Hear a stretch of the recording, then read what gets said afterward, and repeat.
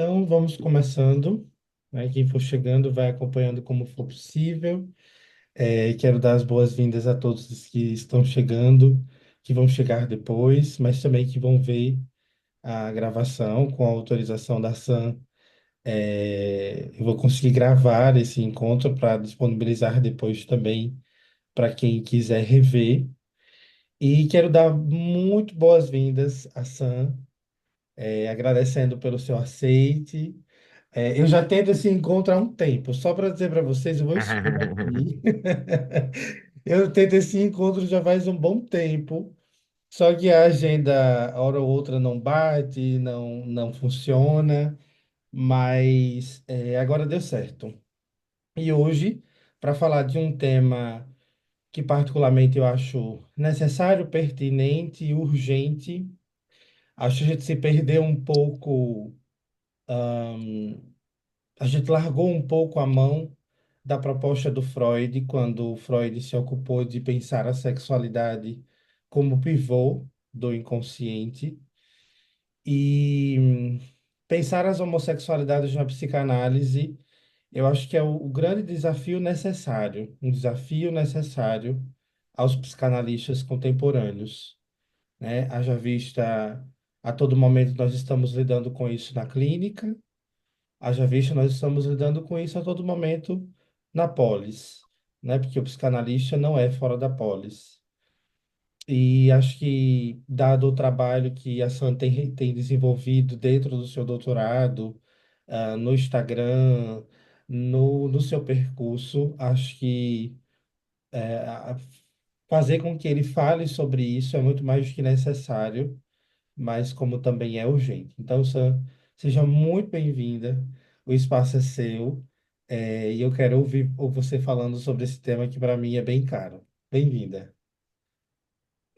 Primeiro, obrigada, Humberto, pelas palavras. Boa noite a todos que estão aqui nos acompanhando ao vivo e como está gravado. Eu sei que algumas pessoas também vão assistir a gravação, então boa noite, bom dia, boa tarde para vocês. Para mim, hoje é uma honra estar aqui, como o Humberto falou. A gente já tem conversado há algum tempo de fazer alguma coisa juntos e estamos trocando o tempo inteiro as vantagens das redes sociais. E quando ele me convidou para falar sobre homossexualidades na psicanálise, eu pensei, nossa, que tema importante. Porque a gente pode ter abertura para conversar sobre alguns, eu chamo dogmas e misticismos que atravessam a nossa formação e aquilo que a gente chama de posição do analista, né? Como, não sei se vocês devem ter acompanhado, porque isso basicamente foi um cometa que caiu dentro da psicanálise ali no final de 2019, quando o Preciado, além de fazer toda aquela fala e sobre as bases epistêmicas que sustentam a psicanálise, ele levanta a mão e pergunta: quem aqui dessa plateia é gay, é lésbica, é trans? E aí ele ri: ah, vocês não precisam dizer isso, né? Então, é, é um tema que tem uma produção bibliográfica interessante, é um tema que tem uma produção ah, tensa historicamente em relação à psicanálise, tem algumas posições que fazem com que a psicanálise seja usada como uma grande potência, e em contrapartida, a ambiguidade que historicamente alguns teóricos, até o próprio Freud tratou o tema, serviu de ensejo para uma série de conservadorismos dentro da psicanálise. E quando a gente fala de conservadorismo, a gente não está falando só da manutenção de uma estrutura, a gente está falando de reprodução e produção de violências. E é disso que se trata quando a gente debate os temas que envolvem toda a interseccionalidade, em específico hoje a sexualidade, mas eu gosto de atravessar com o gênero e trazer isso para debate, né? E sem ser mal educada, eu não posso partir do princípio que vocês me conhecem. Eu sou Sam Alcântara. Vocês podem me seguir lá no Instagram, quem ainda não me segue, é Sam Alcântara Psi. Eu sou doutoranda em estudos psicanalíticos na Universidade Federal de Minas Gerais, e estou pesquisando lá os impactos da cultura digital nos processos de desidentificação com os significantes homem e mulher, ah, pessoas autorreferidas não binárias, à luz da psicanálise. É, bem, estou com a qualificação atrasada, mas já mandei o projeto para minha orientadora e trabalhando intensamente sobre esses três pilares, né? A psicanálise, a cultura digital e os estudos de gênero. Mas assim, bem, eu não preparei uma fala para hoje. Eu pensei mais em como a gente está num grupo, ao vivo, a gente fizesse um formato de conversa, né? Eu coloquei no meu Instagram no domingo algumas referências que eu faço questão de trazer aqui. Homossexualidades e Psicanálise, do Tami Ayush, que é um psicanalista, um dos grandes psicanalistas queer, é, que temos, professor da Universidade de Paris Cité, e que conto com ele na minha banca do doutorado. E o Jorge Reiter, que tem um livro muito interessante que se chama Édipo Gay, onde ele vai refletir sobre o complexo de Édipo para pessoas que são dissidentes da sexualidade heteronormativa e que é aplicável também às formações cisgênero, né, onde ele vai usar o conceito da Eve Sedgwick de epistemologia do armário para mostrar como o complexo de Édipo de pessoas dissidentes da sexualidade heteronormativa, ele tem algumas características diferentes em relação a quem se conforma com o que é esperado. Então, partindo dessas duas referências e das coisas que a gente pode conversar aqui, eu queria escutar também como é que a gente pode estabelecer esse diálogo, tanto com o Humberto quanto com vocês.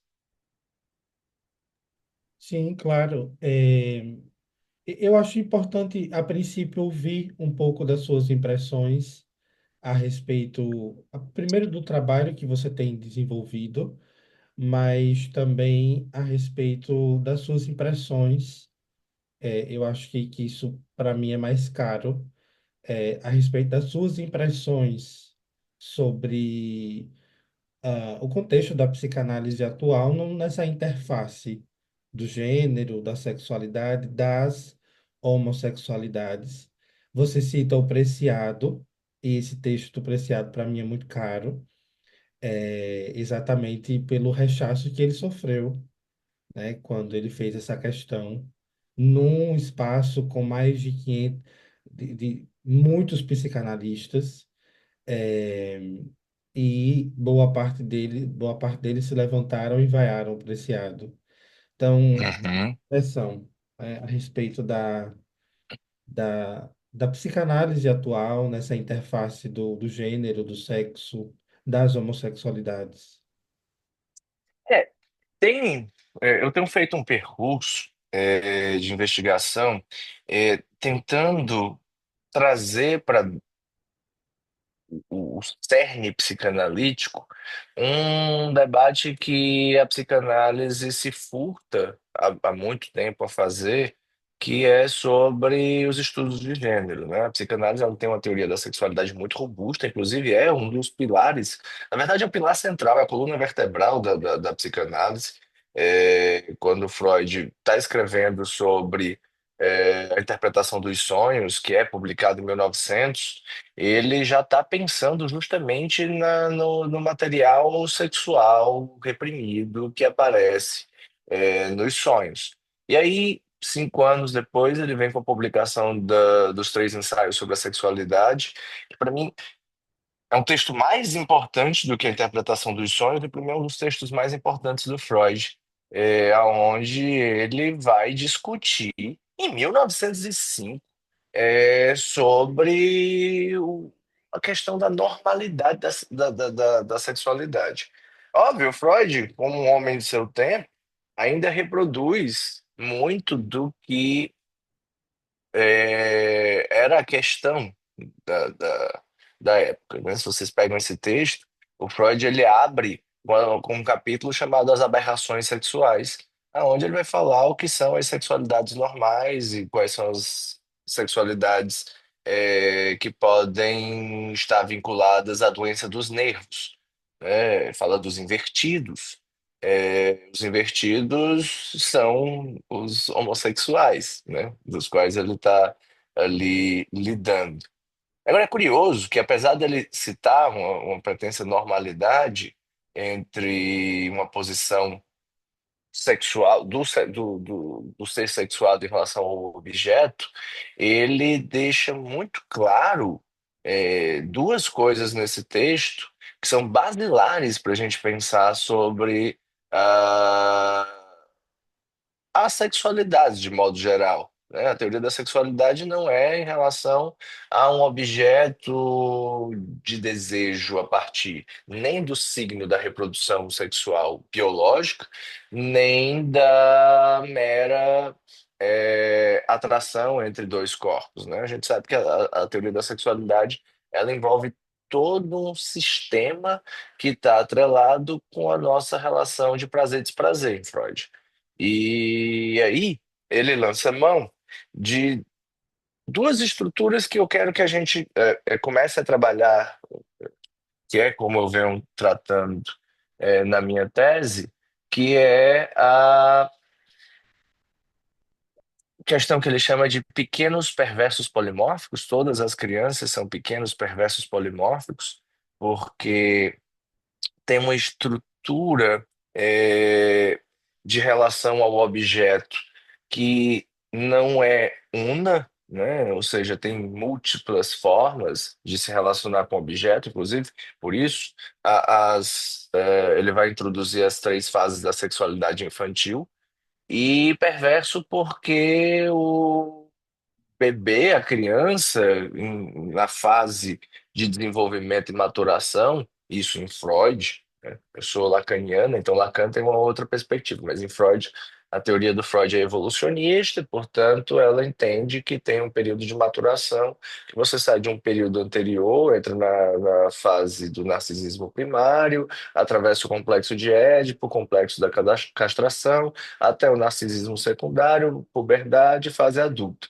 Então você sai de um primeiro momento até um momento onde você atingiria uma maturação psíquica. É, E Freud diz que todos os seres humanos têm uma predisposição bissexual. Bem, perverso polimórfico porque a nossa estrutura de agarrar o objeto é partindo do princípio do que a gente lembra do narcisismo primário em Freud, tudo é só uma extensão de nós mesmos. Então, a inserção da castração, que seria aquilo que fundaria a instância do supereu, que são os limites do neurótico, né? O que faz com que os neuróticos fantasiem e sintomatizem, é, o pequeno bebê ou a pequena criança ainda não tem essas inscrições, então age no mundo baseando na relação de si mesmo com o mundo, né? Aquele procedimento de alienação e separação ainda está se instalando. Por isso, é um pequeno perverso polimórfico. E a predisposição bissexual é interessantíssima. Significa que a gente, quando nasce, não tem um objeto específico de desejo. Significa que a própria homossexualidade, assim como a heterossexualidade, ela existe a partir de um sistema de recusa e repressão. Eu digo isso porque todo homem gay há uma certa recusa do objeto mulher enquanto atração de disposição de desejo. Assim como todo homem heterossexual, isso teoricamente. Tem uma posição de recusa em relação a uma sexualidade de objeto que seja semelhante. Eu gosto de dizer isso porque tem uma série de autores que falam sobre os mecanismos de poder que envolve essa questão. Tem um livro que foi lançado recentemente, acho que foi ano passado, que a Boitempo me mandou, foi, do Mário Mieli, que é Por um Comunismo Transsexual, que o Mário Mieli é um pesquisador, foi um pesquisador italiano que publicou esse material em 79, e ali ainda não tinha um debate sobre os estudos de gênero com muita força, as teorias queer ainda nem existiam, as teorias queer só vieram a existir em meados do final dos anos 80, e ele já estava discutindo sobre a questão da sexualidade e do gênero. Ali ele trata o debate da transexualidade não como a gente conhece hoje, né, como pessoas que saem da cisnorma. Ele diz que toda sexualidade que não é heteronormativa é uma transexualidade. E ele vai dizer que tanto a heterossexualidade quanto a homossexualidade, elas são forjadas no que ele chama de educastração. Ele vai para o Freud para mostrar como os mecanismos de castração acontecem pela forja da linguagem social e que a castração é um processo de educação, que significa que você está sendo instalado na norma. E um processo de uma sexualidade monossexual seria justamente a recusa da bissexualidade inerente a todos os seres humanos que o Freud estava falando. Só que aí a gente tem uma série de questões, né? Cada ser humano, cada sujeito vai se vendo com seus sintomas e com a forma como eles vão se encarando em relação ao mundo. Falando um pouco de como essa construção teórica é feita no Freud, eu vou para um segundo plano desse edifício, que é a forma como a psicanálise e os psicanalistas tratam a questão, né? Até um dia desse, não sei se vocês sabem, a IPA não aceitava analistas homossexuais, né? Eu não sei como é que está isso, porque eu não fico indo atrás. Mas até recentemente, o Antônio Quinet tem um livro sobre isso também, muito bom, é, falando historicamente como as sexualidades eram tratadas por psicanalistas, e alguns psicanalistas, inclusive, tratando a homossexualidade ali nos anos 40, 30, 40, 50, como uma estrutura perversa, né? É, a gente ainda não. Questão das estruturas é em Lacan, mas a gente pode pensar assim. E essa divergência, por exemplo, da IPA, de não poder ter um analista homossexual, causou muitos problemas até hoje, né? Bem, se a gente pensar que foi só em maio de 1990 que a Organização Mundial da Saúde tirou da classificação internacional das doenças o homossexualismo, e que ainda hoje na CID, no DSM, tem uma classificação psicopatológica chamada disforia de gênero, a gente está ainda às voltas com a questão da sexualidade e da posição de identificação que a gente tem ao mundo, ela é patologizada e ela é atravessada por questões institucionais e políticas que criam uma estrutura clínica que acaba não recepcionando tão bem algumas pessoas que se dizem violentadas, que se dizem desrespeitadas, que se dizem julgadas, dentre outras. Dentro da psicanálise, a questão da homossexualidade, da lesbiandade, ela já tem, obviamente, um trato. muito mais amplo, né? Se a gente for prestar atenção é, nos textos mais clássicos, o, de autores como Freud, Melanie Klein, Winnicott, Laplanche, Lacan, eles estão tratando a questão da posição sexual, tentando formular posições em relação o objeto e ao sujeito, mas sem refletir sobre como essa posição sexual ela é uma definidora de gênero. E aí eu vou usar um exemplo meu, porque eu estou construindo um texto sobre isso. Inclusive fiz uma apresentação em Curitiba em agosto, desse texto, que vai virar capítulo de livro no ano que vem, e uma parte dele é o prefácio da minha tese. E muito provavelmente eu estou pensando, depois que eu publicar esse capítulo no ano que vem, em escrever um livro mesmo sobre isso, com um pouco mais de profundidade depois da minha tese, que eu chamo de paradigma baitola, né? É, eu sou nordestina, sou de Fortaleza, inclusive voltei a morar aqui em Fortaleza.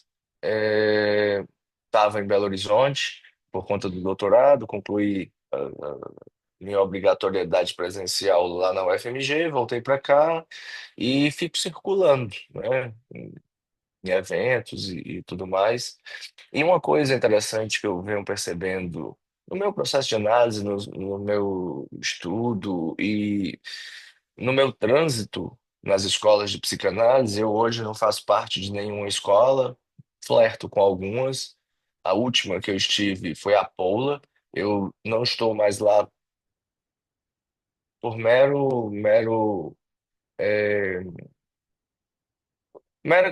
incapacidade de tempo de estar presente nas reuniões. Eu estava na Paula de Buenos Aires e ficava difícil participar das reuniões, então eu não estou mais, mas é a escola que eu gosto da forma como é tratada a teoria.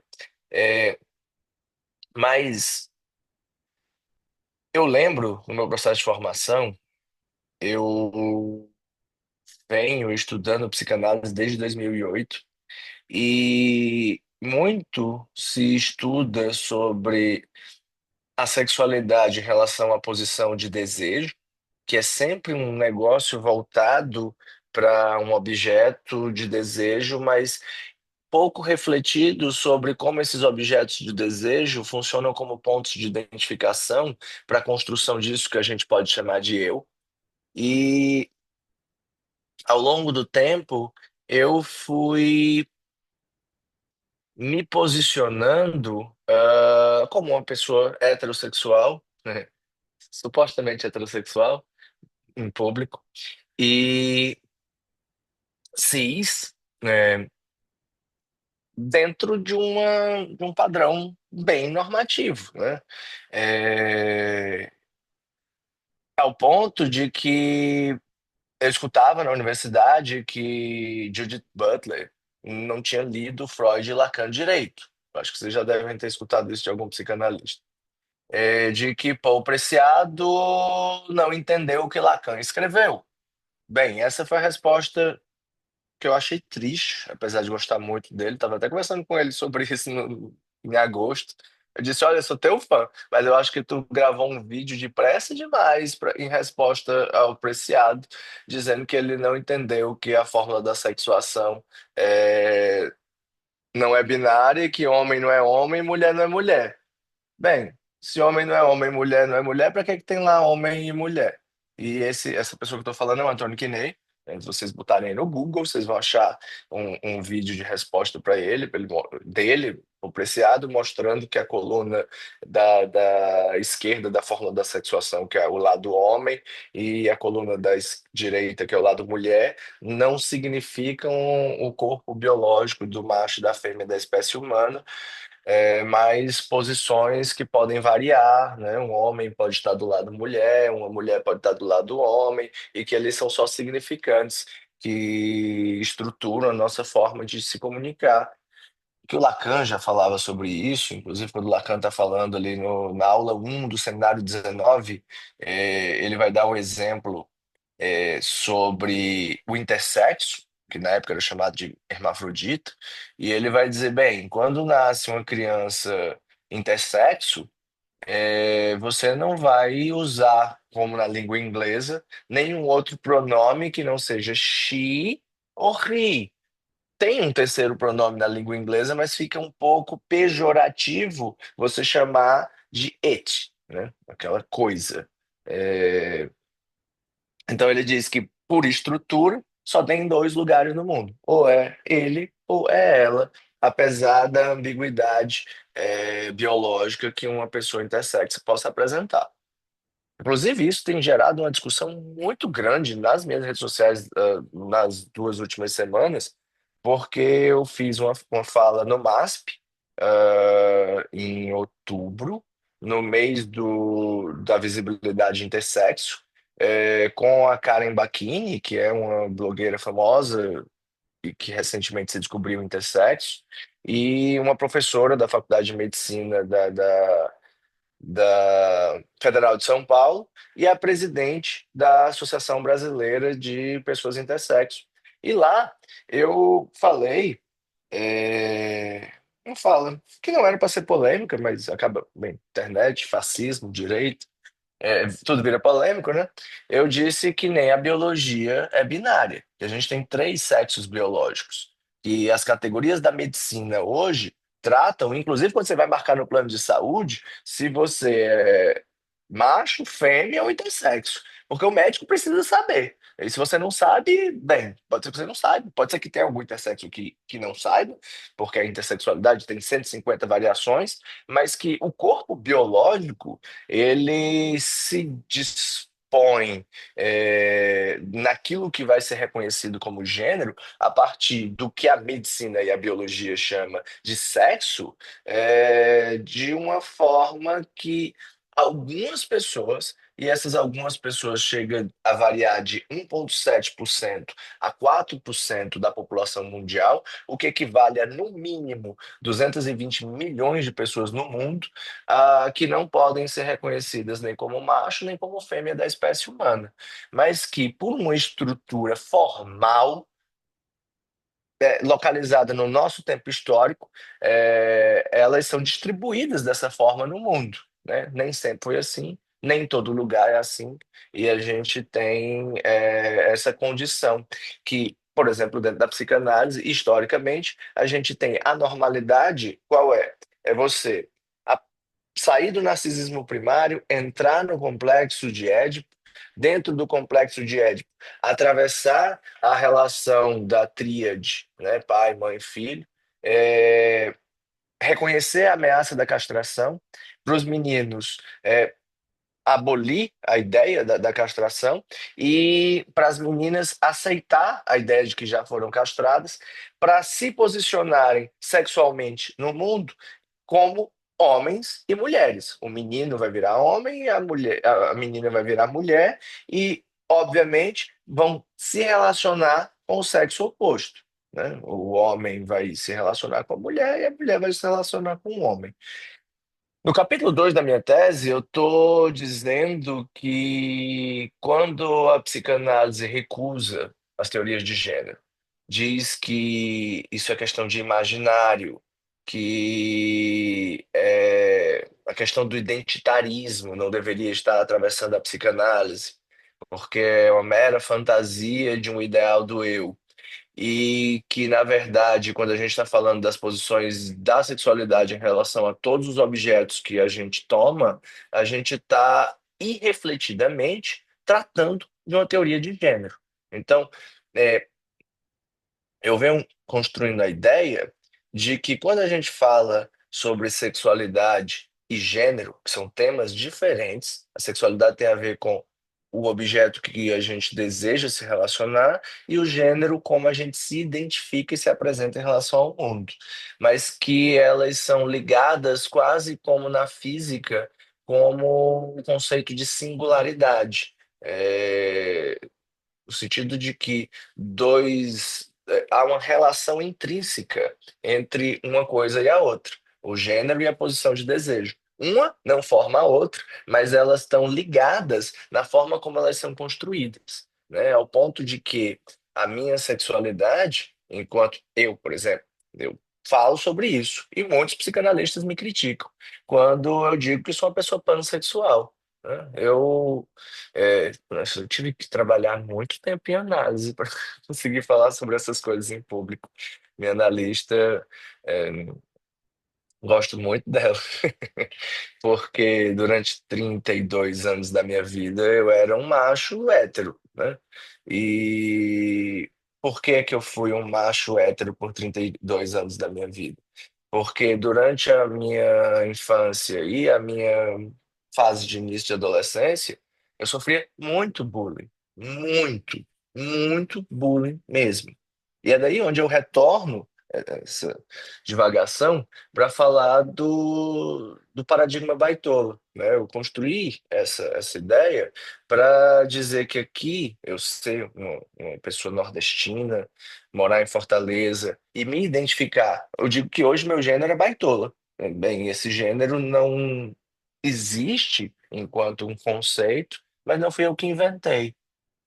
Baitola é um significante que é utilizado para violentar corpos de pessoas que não se encaixam na figura do cabra macho, aqui no Nordeste do Brasil. E eu estou desenvolvendo a ideia de que baitola é o Unheimlich do cabra macho, é um infamiliar. É aquele que, quando o cabra macho olha, ele se assusta. Por isso que ele condena, por isso que ele rechaça, por isso que ele tenta destituir a possibilidade de existência daquele corpo. Porque aquilo lembra para ele que a sexualidade, a masculinidade dele é não é só frágil, ela não tem amparo, não tem nada que sustente a masculinidade de um homem. Inclusive, tem um amigo meu da UFMG que eu gosto muito, o Vini Lima, ele lançou um livro chamado Homens em Análise, e ele vai se perguntar o que que a travessia de uma análise causa na masculinidade daqueles homens que se pretendem a, a a fazer essa travessia. E tem uma parte do livro que ele vai dizer que o falo, na verdade, é um fardo para o macho. Porque essa estrutura de poder que o falo representa, né, que é a estrutura de poder, de manutenção do status quo, de violência, inclusive, para todos aqueles que não portam falo, inclusive é um conceito psicanalítico que eu venho me debruçando para perguntar por que que a gente ainda mantém no nosso léxico um axioma que está completamente vinculado a uma estrutura patriarcal que é óbvio que a gente pode entender. E quando o Freud constrói a ideia do complexo de Édipo, ele está fazendo um dispositivo diagnóstico de um tempo, mas quando a gente universaliza isso, a gente perde de vista que o falo ele não é um marcador significante para todas as civilizações. Bem como quando a gente pensa o falo como aquele que tem e aquele que não tem, a gente já está moralizando a questão, né? E, bem, é, eu, por não ter sido uma pessoa que ocupava a posição de cabra macho, que me era esperada quando eu era criança, inclusive uma frase que minha mãe repetia até um dia desse que ela me criou para ser macho, muito macho, é, é que eu era chamada de baitola, né? A minha infância, a minha adolescência inteira, isso pra mim era horrível. Eu chegava em casa, porra, será que eu sou baitola mesmo? E aí eu me via, às vezes, desejando um amiguinho, e um amiguinho eu me assustava, e eu, caralho, tá todo mundo vendo o que eu penso. E aí começa a criar uma série de paranoia que nós neuróticos vamos desenvolvendo ao longo do tempo enquanto sintoma, aonde a gente não consegue mais relaxar em ser aquilo que o nosso corpo está querendo ser ou produzindo, porque qualquer mecanismo de deslize da sustentação do falo do macho vai denunciar uma posição sexual que não é a posição esperada de um homem heterossexual. E eu gosto de falar sobre isso porque baitola, se vocês forem olhar no dicionário, ele significa homens que têm relação sexual com outros, passiva com outros homens. Então, baitola não é só, aliás, não é gênero no dicionário. Baitola é um homem gay passivo, né? E é tão curioso isso porque se um menino ele é menos menino do que os outros meninos no Nordeste, ele é baitola. Mas na língua portuguesa, de forma geral, ele vai ser vinculado a uma categoria de inferiorização. Todo menino que não é menino o suficiente é chamado de mulherzinha. Então, mulherzinha é um xingamento. Tem Pergunto, como a gente pensar a construção da sexualidade a partir da forma como esses significantes são forjados na nossa estrutura simbólica, que historicamente é produzida, eh, falando de Brasil, não só do Nordeste, tem como desvincular sexualidade e gênero de forma intrínseca? Se um homem gay tem sua infância e sua adolescência atravessada pela impossibilidade de falar abertamente sobre uma posição sexual que contraria a norma, ou seja, a regra, a hegemonia, aquilo que é esperado, você já tem aí uma posição de mecanismos de defesa e afastamento que fazem com que alguns sintomas dessa experiência atravessem inconscientemente a posição dessa pessoa em relação ao mundo. Tanto, inclusive, para o rechaço de um objeto, como o rechaço, a recusa da vulva, né? A Alessandra Fortunati tem um texto massa sobre isso, quanto a possibilidade de se pensar sexualidades divergentes, ou até outras formas de se generificar corpos que não sejam definidos apenas como homens e como mulheres. Logo, de um tempo para cá, pensando em análise, eu fiquei bem. Se eu tive que, na adolescência, por, por um mecanismo de defesa que eu chamo de falta de coragem ou de covardia à época, que era o que era possível ser feito naquele momento, eu fui tentando me embrutecer, encontrando alguns elementos de amparo para que eu conseguisse sobreviver às violências que eu sofria. E eu fui escutar rock and roll, heavy metal, fui ver alguns artistas de rock que hoje eu percebo o quanto eles são peers, por exemplo, Alice Cooper, o Marilyn Manson, que é um filho da puta, mas na época era a grande representação pra mim, era o meu artista favorito. E, porra, o cara subia com vestido, a cara toda pintada, maquiagem, e eu amava aquilo e queria poder fazer a mesma coisa. E ao mesmo tempo, o rock, ele é um significante do macho, né? Da masculinidade, mas é uma masculinidade meio estranha, meio torta, meio ambígua e andrógena. Tem a questão do rockstar, que é uma pessoa que transa muito, que tem muitos parceiros, e ao mesmo tempo essa posição do motoqueiro, do barbudo, do bombado, do macho que é livre. E isso tudo ia me atraindo. E eu fui percebendo que quando eu comecei a andar de preto na escola, e andar com as mãos cheias de anel, a pintar as unhas de preto, a passar um lápis no olho preto. As pessoas ficavam com medo de me xingar ou de me violentar. E isso foi incrível, porque eu parei de receber violência e encontrei inclusive um nicho de pessoas góticas que futuramente, na geração seguinte, iam ser chamadas de emo. Eu tenho 38, então os emos surgiram ali nos anos 2000. Eu comecei a escutar rock em 97, então eu sou de alguns anos antes.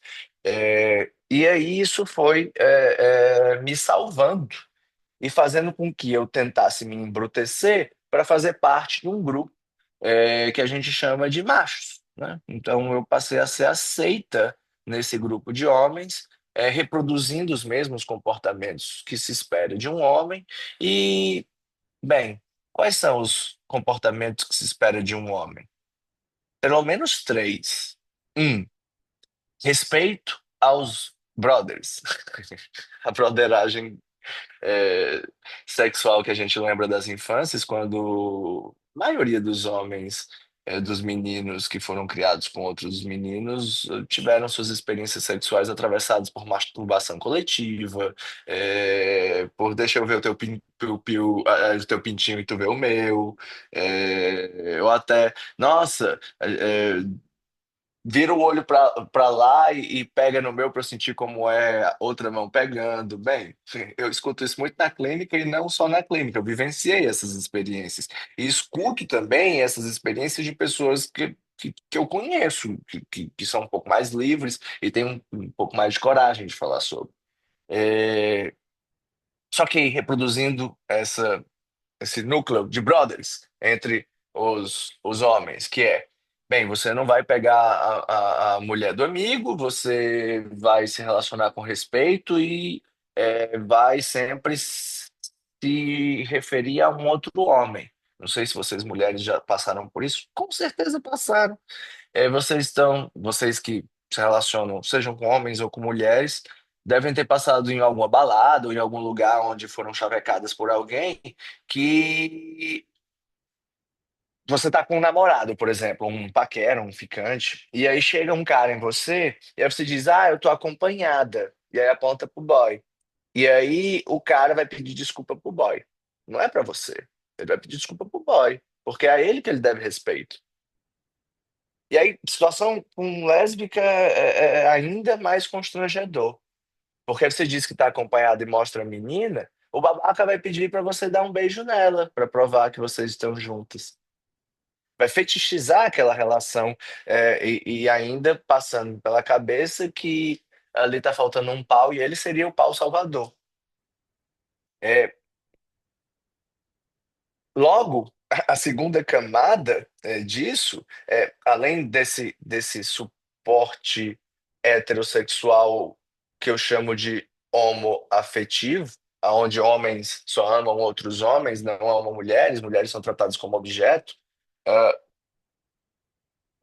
a gente tem a camada da reprodução de violências nesse mesmo nível.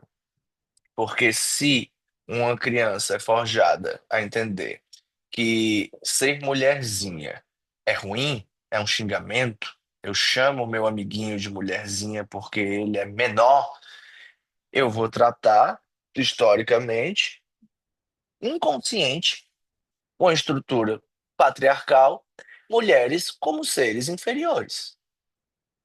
Aonde numa estrutura de um relacionamento heterossexual entre um homem e uma mulher, a gente vê claramente, óbvio, na maioria, uma distribuição de poder desigual. A gente vive num país que tem um índice de feminicídio absurdo. Inclusive, o Ceará era um dos líderes de feminicídio no Brasil, diminuiu muito as taxas, mas agora se tornou o líder de LGBTcídio, né? Morte de pessoas LGBT no Brasil. E, bem, aqui a gente tem casos emblemáticos, né? O caso da Dandara, que foi uma travesti espancada e morta, que virou notícia no Brasil inteiro, é daqui. né? O caso da Maria da Penha, que talvez seja o mais emblemático de todos, porque fez com que a Corte Interamericana condenasse o Estado brasileiro, e que a Maria da Penha virou uma lei, ela é daqui de Fortaleza, né? É, inclusive, o babaca do ex-marido dela agora é político, de extrema direita, e que tá se envolvendo. Parece que quanto mais babaca você é no Brasil, mais seguidor você tem, mais capital político você tem. Não no Brasil, né? Isso é um fenômeno mundial e a gente importa as porcarias dos Estados Unidos e faz com que às vezes fique um pouco pior.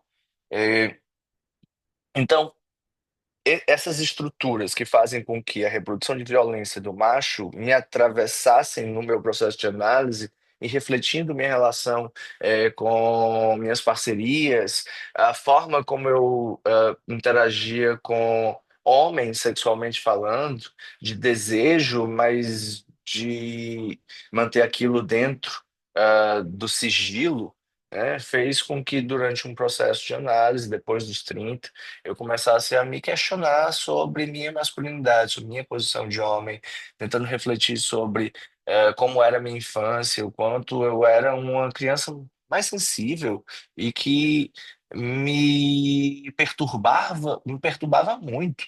Eu ter problemas de relacionamento com mulheres e com homens, porque eu não conseguia me situar e falar sobre aquilo em público, nem com as pessoas que estavam ao meu redor. Até que uma cena me veio na cabeça, que quando eu tinha mais ou menos 21, 22 anos, eu falei disso recentemente. Eu nunca tinha falado em público. Eu falei num podcast que eu gravei em São Paulo mês passado. É, que eu estava saindo de um motel com um boy. Na época eu tinha uma namorada, e, óbvio, ela não sabia. E ele botou a mão dele na minha coxa. Eu peguei minha mão, tirei a mão dele da minha coxa e disse: sem baitolagem. Ah, foi incrível. E aí, durante esse processo de análise, refletindo sobre tudo isso, eu já me situando da minha relação com o significante homem, com a reprodução completa, e refletida da masculinidade, eu comecei um processo de saídas do armário, né, do que Yves Sedgwick chama de epistemologia do armário, onde eu comecei a abrir algumas portas, né?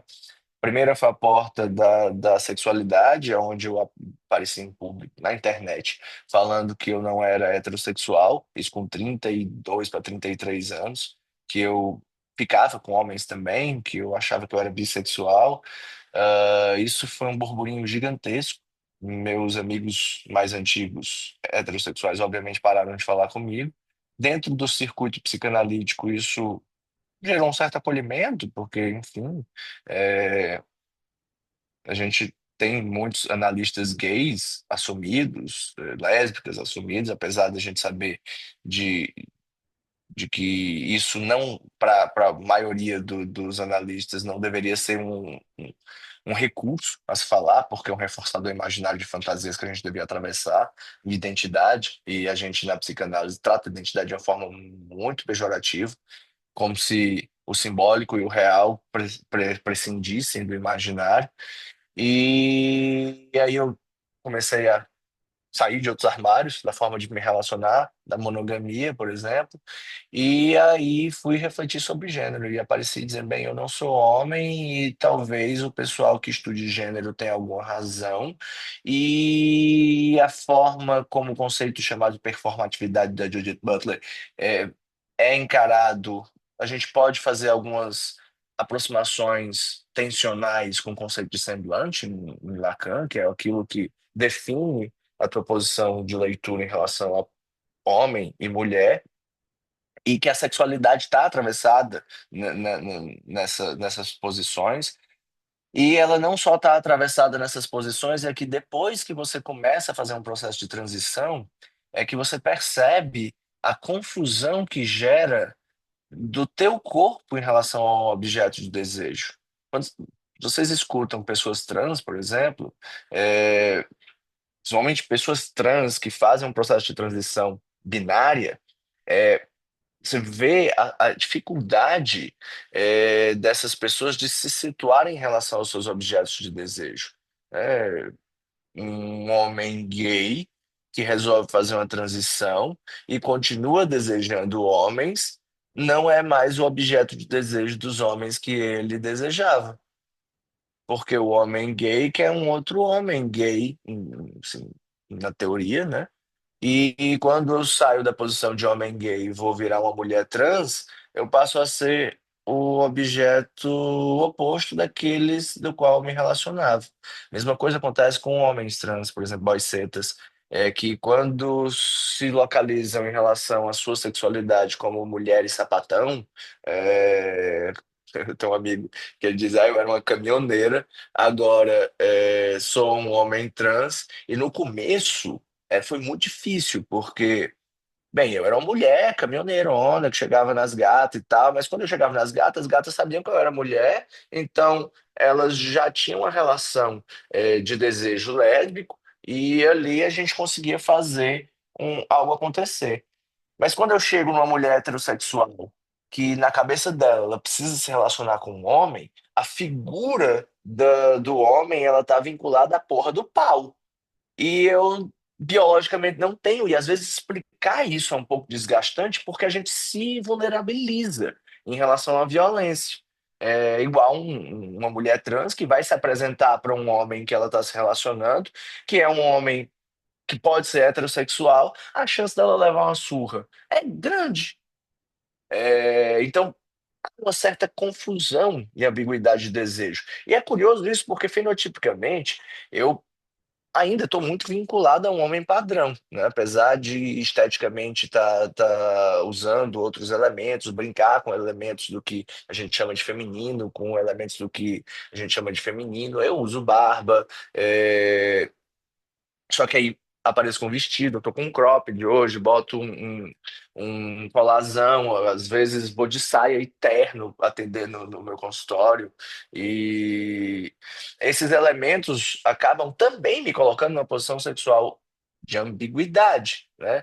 No qual homens gays olham para mim e dizem eu sou feminina demais para eles, e mulheres héteros dizem que eu sou feminina demais para elas.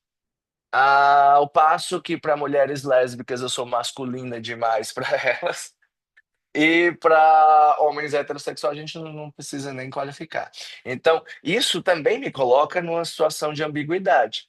E eu comecei a escrever um texto chamado Paradigma Baitola, que é esse que eu apresentei em Curitiba e vai virar capítulo de livro no ano que vem, de um livro que eu acabei, inclusive, de fazer um convite para os autores, é uma organização que se chamará Tensões entre Mundos, Psicanálises, Feminismos, Gênero e Raça. Inclusive, bem, eu já estou fazendo jabá. Ano que vem a gente vai lançar dois livros, né? Eu lanço no primeiro semestre um livro chamado Segregação Digital, os efeitos da internet no sujeito e no laço social, que é um desdobramento, uma releitura da minha tese, da minha dissertação de mestrado. E esse livro, que é uma organização onde eu estou convidando pessoas da psicanálise para ir fora da psicanálise para tensionar os mundos epistemológicos e os paradigmas que a gente tenta sustentar, né? E nesse texto, Paradigma Baitola, eu vou refletir historicamente como esse significante ele é construído aqui no Ceará, e como ele se espalha pelo Nordeste do Brasil, formando um gênero de todas aquelas pessoas que não se orientam pela referência do cabra macho, e que no Nordeste do Brasil, a referência do cabra macho, ela não atravessa só o homem, porque no Nordeste do Brasil o imaginário é que a mulher também é macho. Você vê a figura do Lampião e da Maria Bonita. É a mulher macho e o cabra macho. O macho, inclusive, no Ceará, é gíria. A gente chama os outros de macho. Ei, macho, vem cá. Tem uma mulher do meu lado, mas vem cá. A gente chama as pessoas de macho. Aqui todo mundo é macho, é mulher, e homem, é todo mundo macho. E, e baitola também, né? É muito comum você estar na academia, por exemplo, e aí tem dois boy treinando. Mas, ei, baitola, vem cá. Aí você vai lá e vê o boy entregando Mas isso é o boy hétero sendo chamado de baitola com um significante pejorativo que desloca ele com um tom de humor, porque a gente aqui no Ceará também tem isso, né?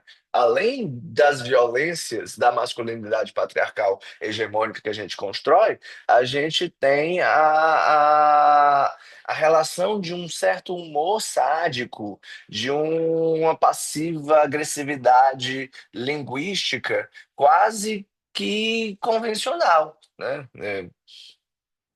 E é muito comum, às vezes, a gente estar em alguns ambientes que é até engraçado, o cearense vai lá, quebra gelo, mas quando você vê, está reproduzindo alguma estrutura dessas do cabanacho. É, bem, essa posição do Baitola historicamente construída, eu gosto de falar porque é uma posição colonial. E eu descobri isso recentemente, fazendo pesquisa. Porque Baitola é um nome que a gente escutou muito. É, Tem inclusive uma avenida aqui em Fortaleza que se chama Mister Hall. E Mister Hall é o Senhor Hall. O Senhor Hall é um engenheiro inglês que veio no século XIX para o Brasil para coordenar a abertura das ferrovias que ligariam, que fazem a logística de transporte, de produção de cana-de-açúcar, bem, de ferrovia, para isso que serve uma ferrovia. E aí ele veio coordenar a instalação dessas ferrovias de uma empresa inglesa. E ele, quando estava fazendo as ferrovias aqui de Fortaleza, de Sobral, ele, muito mandão, e ficaram sabendo que ele se relacionava com outros homens, né? Ele era gay. E reza a lenda que quando ele chegava para reclamar sobre o encaixe das bitolas, são os parafusos que separam os trilhos um do outro, né, que fazem a ligação, é chamado de bitola, ele não falava em português, ele falava baitola. E aí os funcionários da instalação das ferrovias começaram a dizer que lá vem o baitola. E ficou o baitola atrelado a uma sexualidade homossexual. Só que a história não é essa. Tem um historiador e linguista da Universidade Federal do Ceará, o Joseni Alcântara, ele também é sobrenome que eu, isso é muito curioso. Que fazendo um estudo sobre, por exemplo, Casagrande de Senzala, do Gilberto Freire, o, ele descobriu que nessa região aqui do Nordeste tinham povos originários que a construção da sua masculinidade, não só da masculinidade, seu processo de aculturamento se dava em umas casas afastadas de onde a comunidade vivia, e essas casas de palha, né, como se fosse no nosso imaginário colonial, umas ocas, né? Que eram chamadas de baitos. E todos os meninos desse povo iam para os baitos, aprender a caçar e aprender a se sexualizar com outros homens. Então, o baitola eram todos os meninos que iam para os baitos. E como essa sexualidade, quando a Europa português veio para cá, ela é rechaçada pela igreja. Bem, você lê a história da sexualidade do Michel Foucault, está muito bem impresso lá, né, desde o século II, quando a Igreja Católica vai tomar a sexualidade como um dispositivo e que a sexualidade vai sendo construída a partir de alguns preceitos, aonde a Igreja vai transformar aquilo em pecado. Lá depois do Concílio de Trento, vai ter, em 1545 por aí, na Contra-Reforma, a sexualidade é novamente tratada a partir de um sistema de confissão da carne, até que no século XVIII, com a Revolução Francesa, mas já um pouco antes, com a formação dos estados, a sexualidade passa a ser tratada como um segundo poder do direito, onde a sexualidade ela passa a ser permitida legalmente e aquilo que não é permitido vira crime. Até que no século XIX a sexualidade vai ser tomada pela medicina, né? Então a gente tem a estrutura do pecado, a estrutura do crime e a estrutura da patologia. Né? A gente vê, inclusive, os três ensaios sobre a sexualidade, é uma revisão bibliográfica muito forte do Freud sobre todo o material produzido entre o século XVIII e o século XIX acerca da sexualidade, dos uranistas, de como a criança, bem, disruptivo pra caralho, o Freud dizer que criança tem sexualidade no século XIX, né? Não é à toa que ele foi xingado, e é xingado até hoje, porque a gente fala isso na rua, a gente fala isso em público, as pessoas se assustam, né? Quando a gente fala sobre criança trans, nossa, isso é um absurdo. Eu vivo entrando em embate na internet com blogueiro fascista de direita que vem me xingar e que fica trocando ofensas sem vínculo argumentativo nenhum, meramente pelas vozes da minha cabeça 2024. E, vinte e quatro. E, bem, quando a gente está atrelado a isso, a gente também está vinculado a uma série de estruturas de poder que passam pela nossa formação enquanto psicanalistas, né? Tudo que eu estou falando aqui é para falar sobre como a psicanálise ela é uma ciência. E como uma ciência, ela é uma ciência que é construída por humanos dentro de um processo histórico determinado e que, por ser inserida num processo histórico determinado, tem uma construção epistemológica específica, atravessada por todas as estruturas de poder que alicerçam nossa cultura. E a forma como a gente lida com essas estruturas de poder, ela não é sem atravessar as nossas próprias características humanas dentro desse próprio processo histórico. Quando eu falo que assim, a psicanálise é uma ciência, eu falo isso sob uma vertente lacaniana, porque a gente sabe que Freud vai dizer lá nas novas conferências introdutórias que a psicanálise não é uma ciência, que a psicanálise ela se utiliza do método científico, mas não é uma ciência. Mas por que que não é uma ciência? Porque o Freud acreditava que a ciência ela tinha que ser positivista e empirista.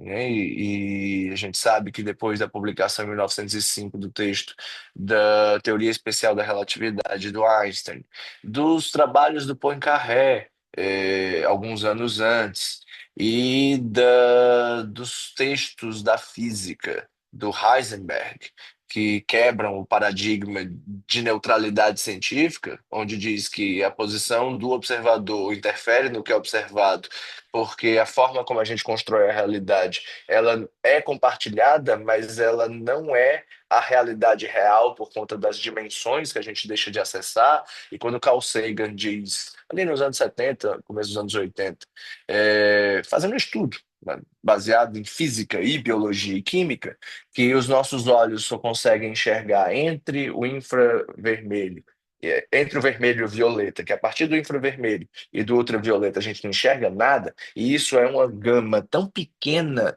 de espectro de luz em relação ao que existe no universo, e que o que a gente escuta é uma linha tão fina de hertz entre agudo e grave em relação a todos os sons que são produzidos no universo, que a nossa realidade, a forma como a gente compartilha a nossa realidade, ela é uma fração quase que infinitesimal da quantidade de coisas que existem no mundo.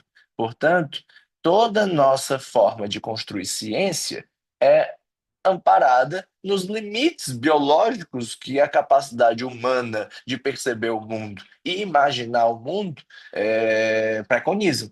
Por isso que a ciência hoje, ela tem essas duas vertentes importantes, tanto o empirismo e a comprobabilidade de fatos, quanto a expectativa de matematizar a partir de lógica, de comprovação matemática, alguns fenômenos da física, né?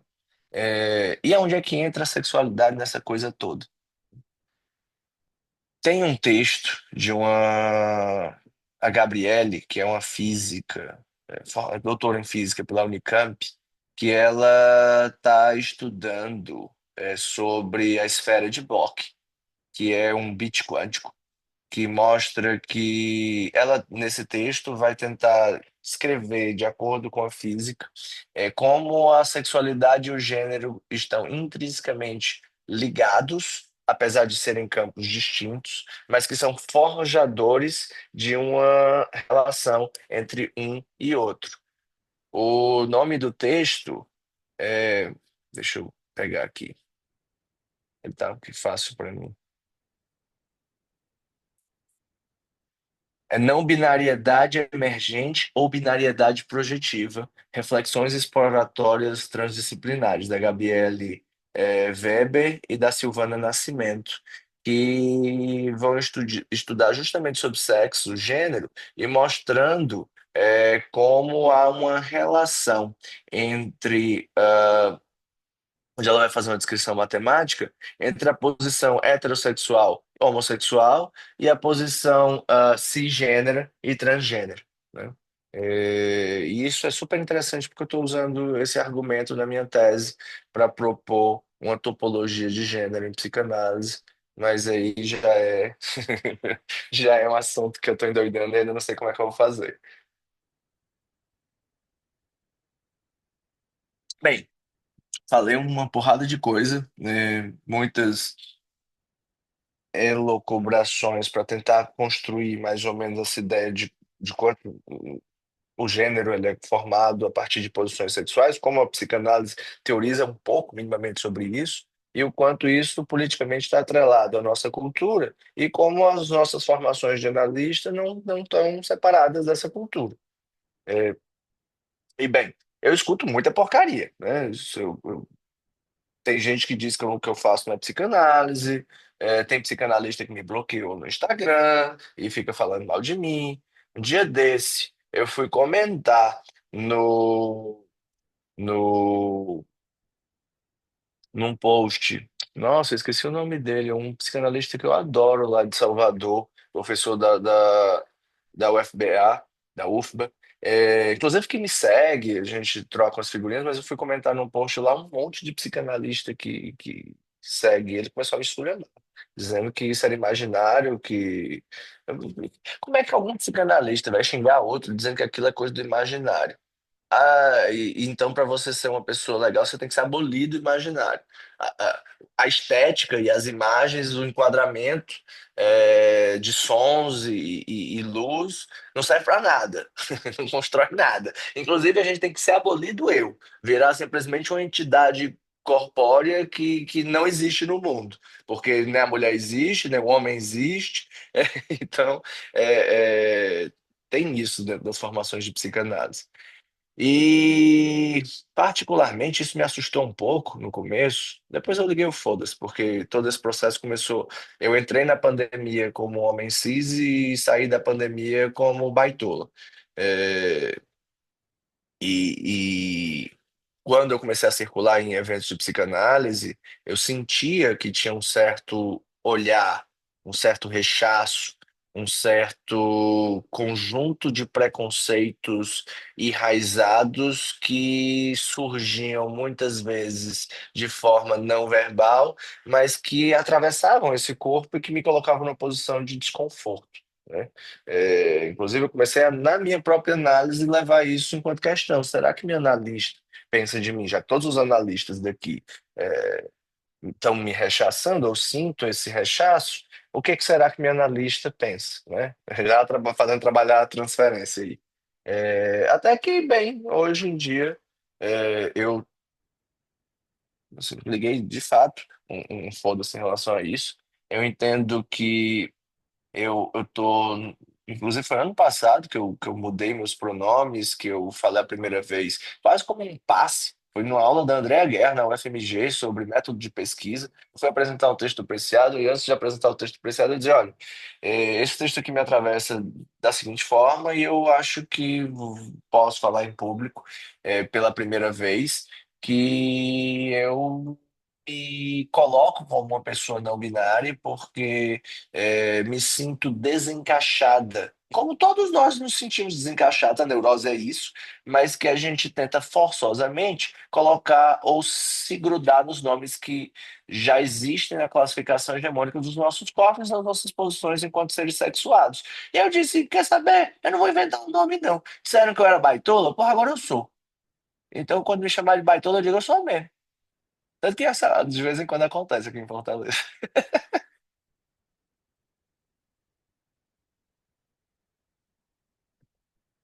Então, vamos papear.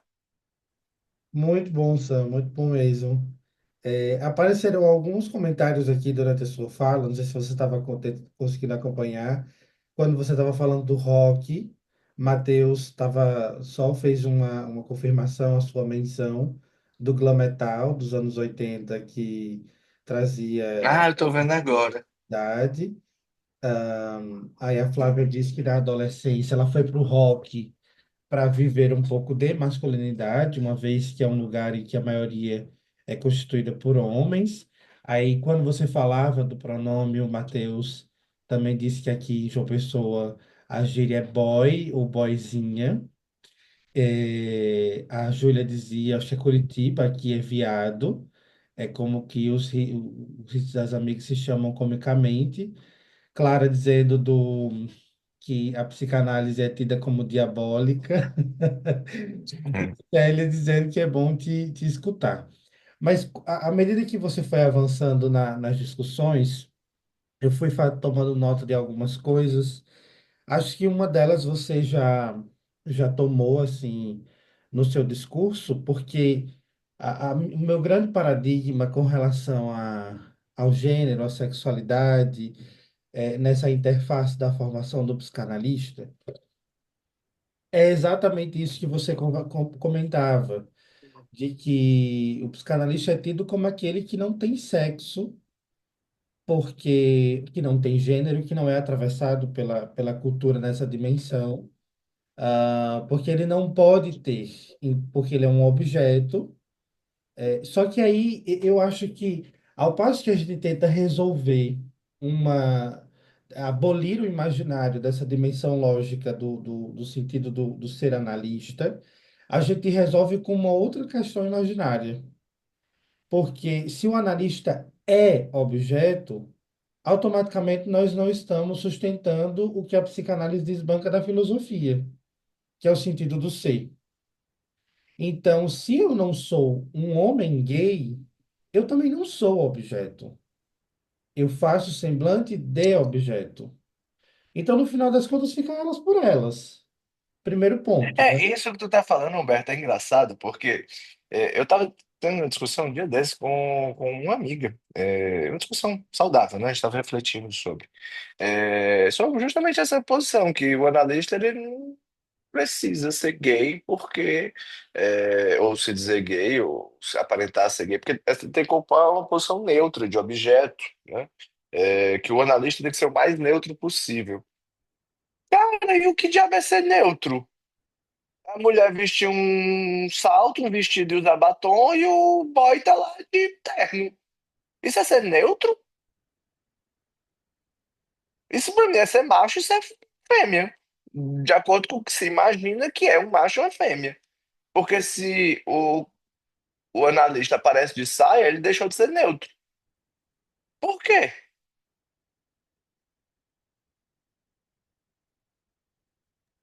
Sim, Essa neutralidade de posição de objeto, atravessada por uma construção imaginária que diz que o analista precisa, que o analista não pode se expor na internet, que o analista não pode usar tatuagem, que o analista não pode, tem que ser o mais neutro possível para não criar imaginarizações no analisando.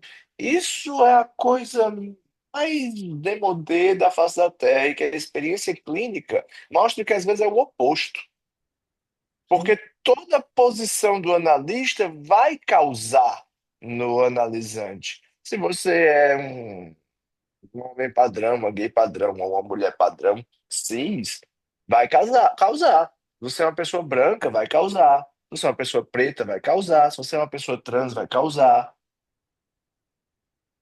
O analista, enquanto causa, ele empresta o corpo para essa causa. E Uhum. emprestar o corpo não é ficar pelado. E para algumas escolas de psicanálise, ficar pelado é vestir um terno.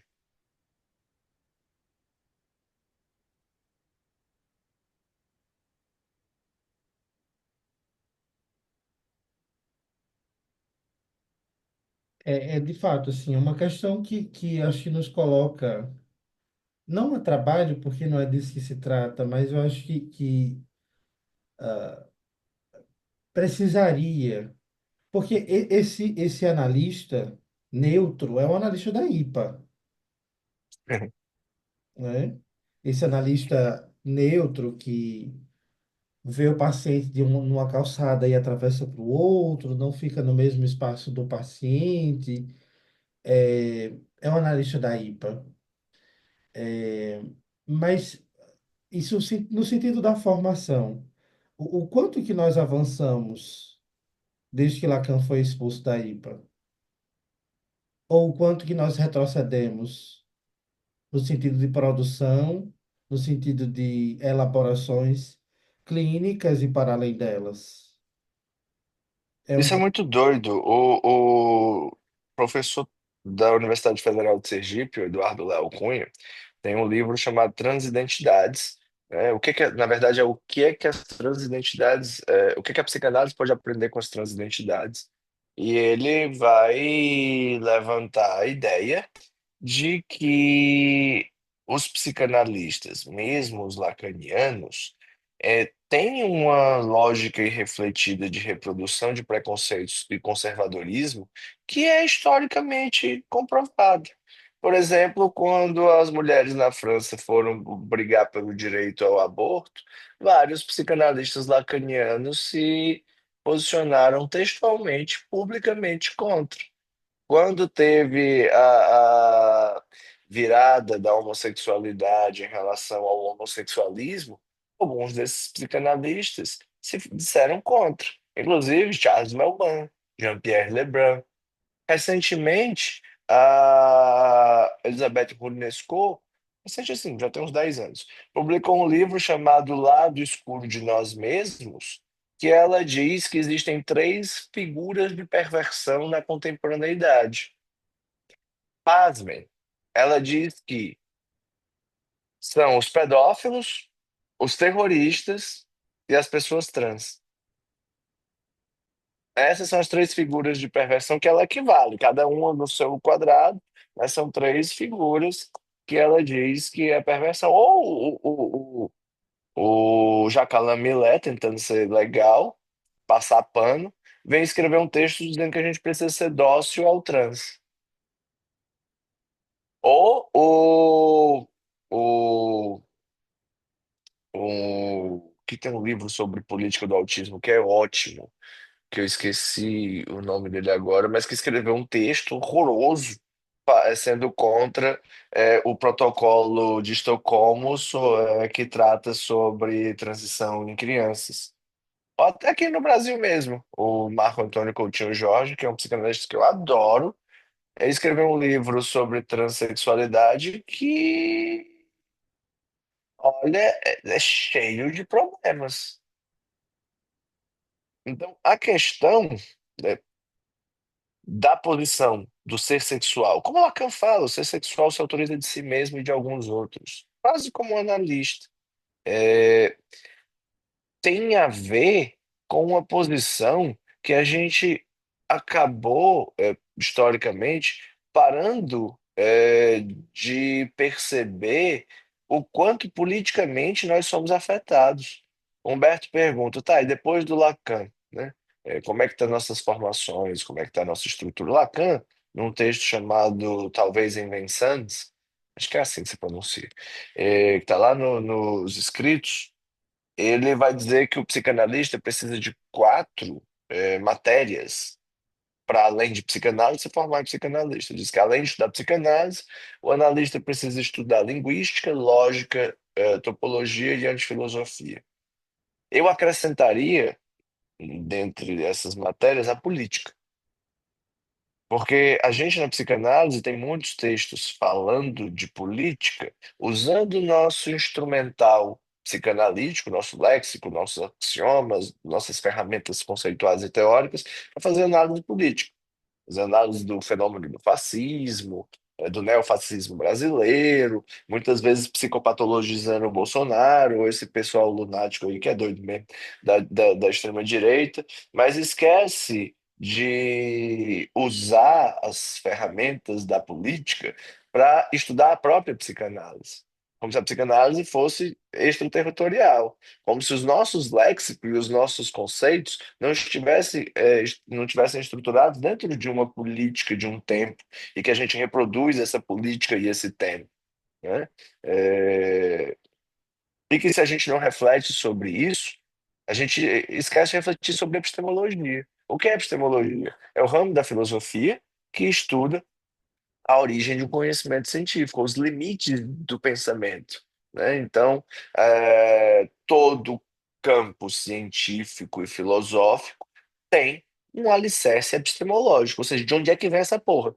E quando a gente não pensa de onde é que veio essa porra para psicanálise, a gente esquece de refletir que toda essa loucura que a psicanálise constrói enquanto aparato técnico, enquanto uma prática, enquanto uma formulação conceitual lógica, ela está ancorada em um determinado tempo histórico e que reflete as consequências desse tempo histórico. Sim. Tem um comentário do Rodrigo, e aí eu concluo com. Seguimos para a finalização do nosso encontro com a pergunta da Clara.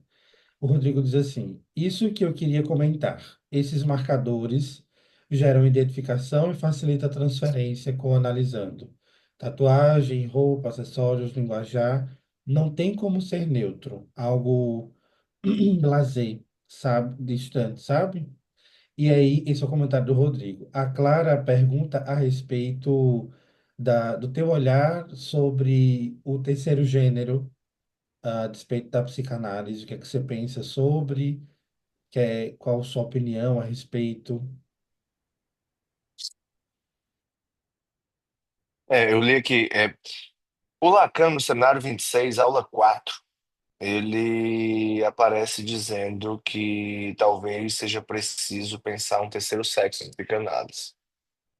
Nesse seminário que se chama Topologia e o Tempo, ele está às voltas de estudar o nó borromeano a partir dessas estruturas de transe, que aí o nó borromeano, nesse período, ele para de ser tratado como um nó de três, real, simbólico e imaginário, e ele coloca cada um desses dois, real, simbólico e imaginário, entrançados com outros nós. E aí a gente chama isso de nó de seis, que são tranças mesmo, quase trança de cabelo.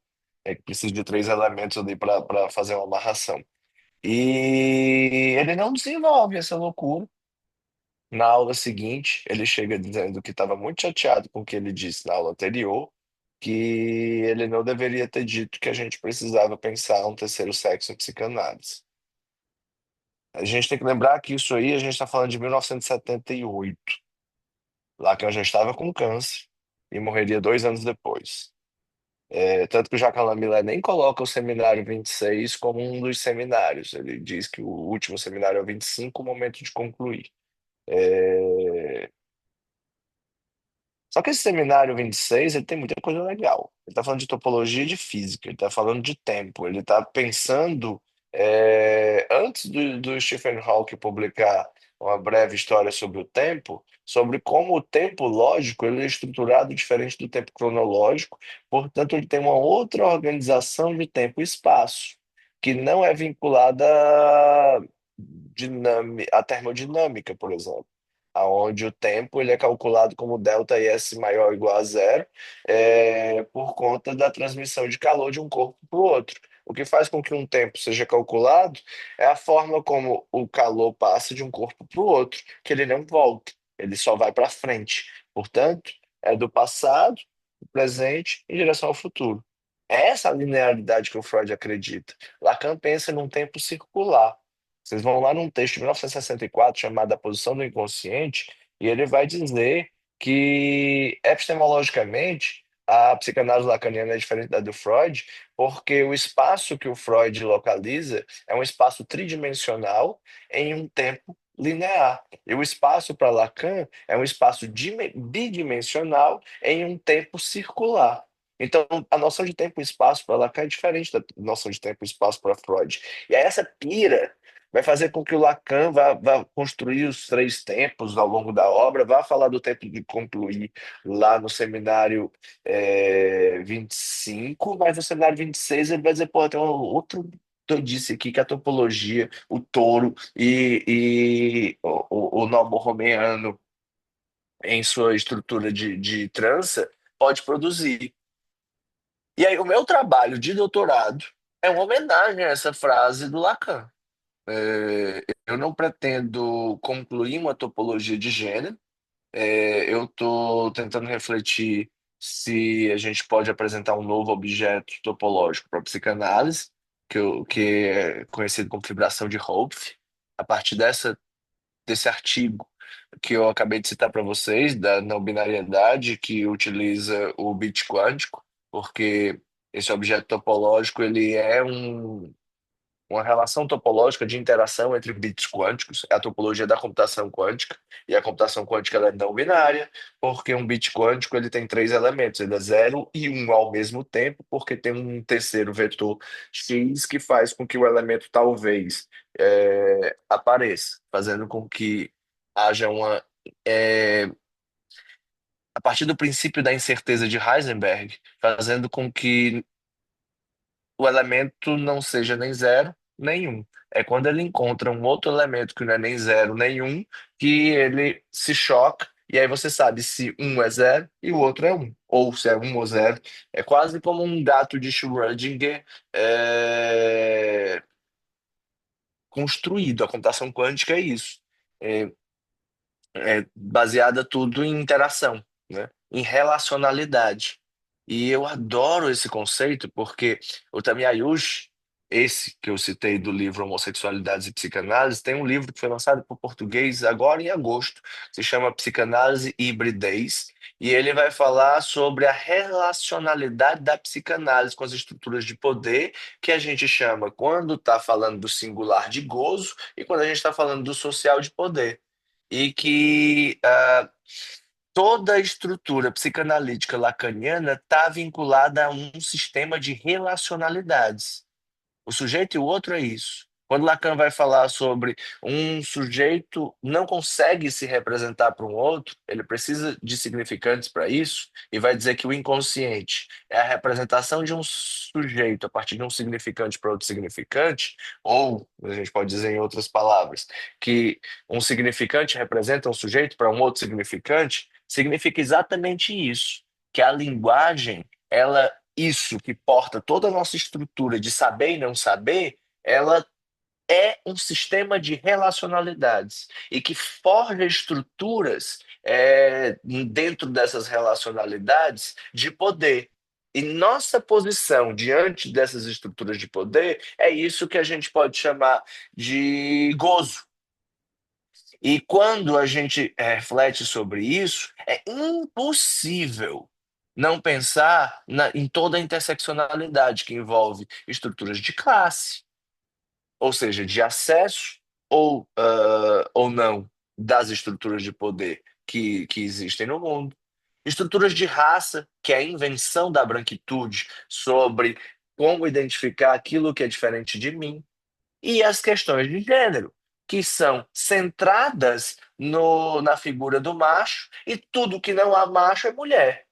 E a partir dos estudos do feminismo e das revoluções do feminismo, que já vem desde antes das sufragistas, mas que tem esse marcador histórico ali na década de 20, com as revoltas sufragistas em Londres e em Nova York, faz com que todo um processo de estudos sobre gênero sejam materializados. Até que nos anos 80 a gente pode ver essa materialização extrapolar o corpo biológico da mulher e ir para todos os corpos que não se representam na figura estrutural do macho.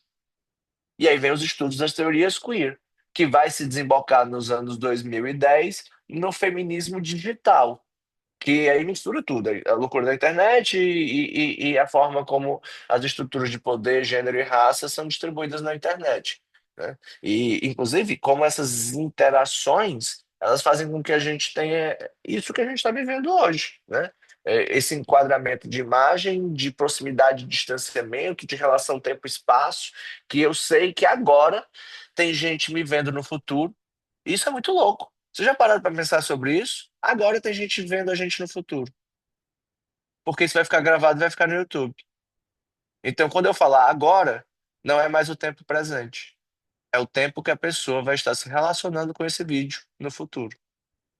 E é muito doido pensar isso, porque tudo que a gente está produzindo na internet, ele não está ficando parado no tempo. Ele vai interagir com a pessoa no futuro. E aquilo que ela está fazendo, olhando para o passado que está sendo produzido hoje, é o presente dela.